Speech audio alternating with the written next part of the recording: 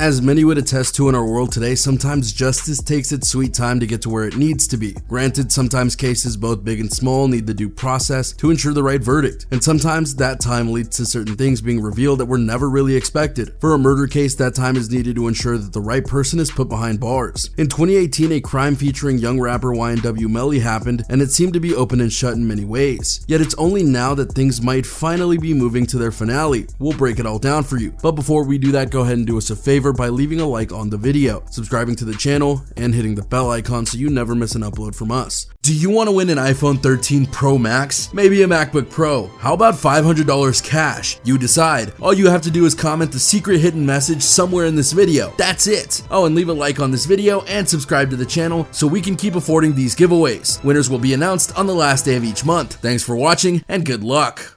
And with that being said, let's get straight into the video. The crimes of YNW Melly. To really understand the gravity of this situation and how it's taken so long to get here, we need to understand where it all began both time-wise and crime-wise. October 26th of 2018 was the date in which this all occurred. YNW Melly went to the hospital to get help for two of his friends. Well, not exactly. That's what he said, but that's not what happened. Rather, he had his friend Cortland Henry go to the hospital to get help for his two friends, Anthony Williams and Christopher Thomas Jr. According to Cortland, when he reported the incident, him and his friends were driving out in the town in the early parts of the morning after a recording session when they were caught in a drive-by. By his account, a car pulled up to the passenger side of the car and unloaded on them. A tragic tale, one that ended in reality with Williams and Thomas Jr. dying while Cortland was unharmed. If the story ended there, this video wouldn't be needed, now would it? As investigators examined the car, they realized that certain things didn't line up as they should. For example, the car seemed to be relatively undamaged outside of only 8 holes, which wouldn't line up with a drive-by if they were unloaded upon by multiple people. Those small details very much add up. Not to mention the way his friends were hit and killed didn't line up with the drive-by story either. Investigators thoroughly examined the scene and found evidence that the drive-by was indeed an inside job that YNW Melly was a part of. Usually the bullet shells flies either backwards or to the side of the firearm, not in front of it. Even in close proximity, it would have ended up as it was in the car, in this case the left rear side of the car, which is the opposite side of where the holes were located. Not the answers they were expecting to find, and that's never a good sign, as that means someone was lying, or in this case, multiple people were. So they dug deeper into the events of that night, and they eventually found video evidence that showed Cortland, Williams, Thomas Jr.,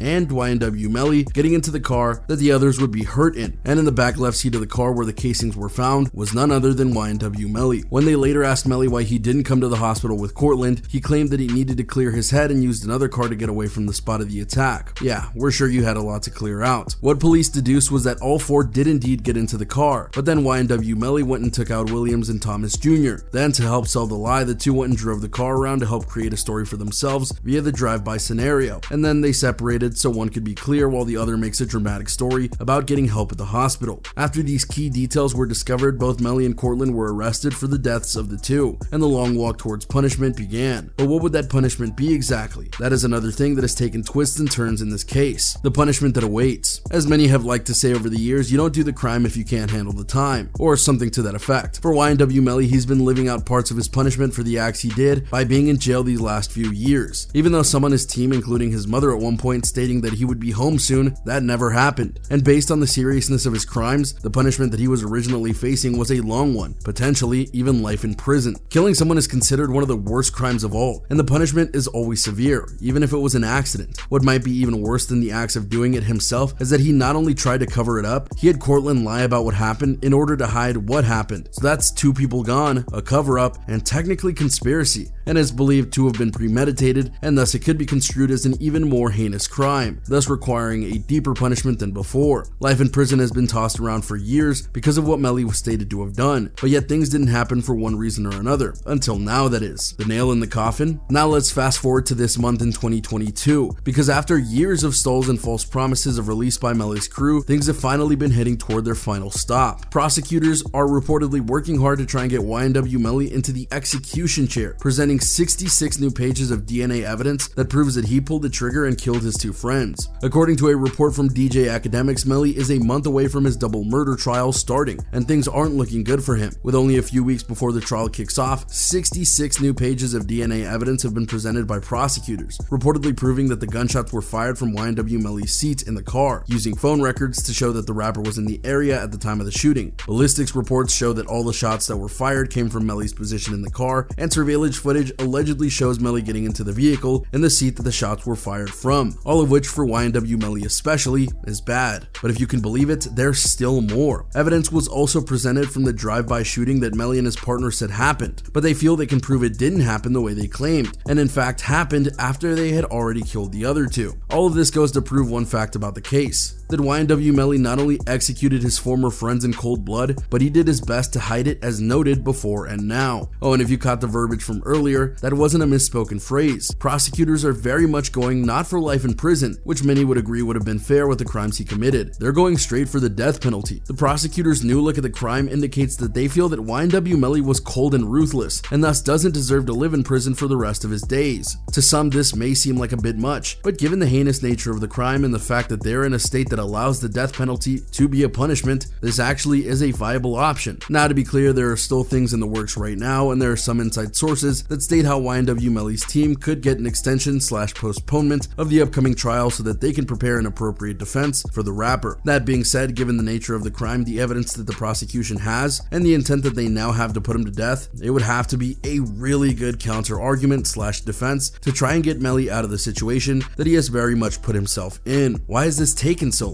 Now, that is a question that no doubt many of you are wondering, because we're coming up in about 8 months on the 4-year anniversary of the crime happening in the first place, and only now, with about a few months to go before the trial actually starts, do we think things are finally going to happen like we thought they should have happened years ago. So in short, what happened? Sadly, the answer is one that we've been saying all too much recently: COVID. To be clear, that's not the only reason, but it is a meaningful one. Think about it like this: the crime happened in late October 2018. Even in the best of situations, crimes like these take a long time to process, get an inclination about where things will go in terms of arrests and such, and then you have to prove it all in court. Not to mention, this wasn't a straightforward crime. There were moving pieces, questions about whether it was premeditated or not, how it all went down, and of course, whether it could all be proven. So at best, the court case would have started in late 2019 should things go right, but obviously they didn't. Then once 2020 hit, the courts all got shut down, all of them, straight up, shut down and didn't reopen for a very long time. Do you know what that does to a justice system? Nothing good. By the time things reopened, courts all over were backed up, had to do all sorts of new legal things and health things to get things rolling, and certain cases, for one reason or another, were pushed back, and we're pretty sure that's what happened here. But at the very least, we know that this case is heading to trial soon, and the narrative that was told all the way back in 2018 about YNW Melly killing his former crew is still the case, and apparently it can be proven. Plus, Melly has been in jail this whole time, unlike other rappers who skirted their sentences due to COVID, so it's not as though he's been running amok while the prosecution got its act together. It's not a perfect scenario, but it's the one we've gotten. The sad truth. What might be the hardest thing about all of this is the simple fact that even though justice may finally be served here, very little has changed from 2018 to 2022. What do we mean by that? Well, back in 2018, this murder case was a big deal because a young rapper had taken out 2 other rappers. It was harsh, brutal, and many considered it another symbol of what was going on in the rap community. Sadly, that statement has held true despite many trying to change the perception. From the YNW Melly's case's start to now, we've lost many rappers in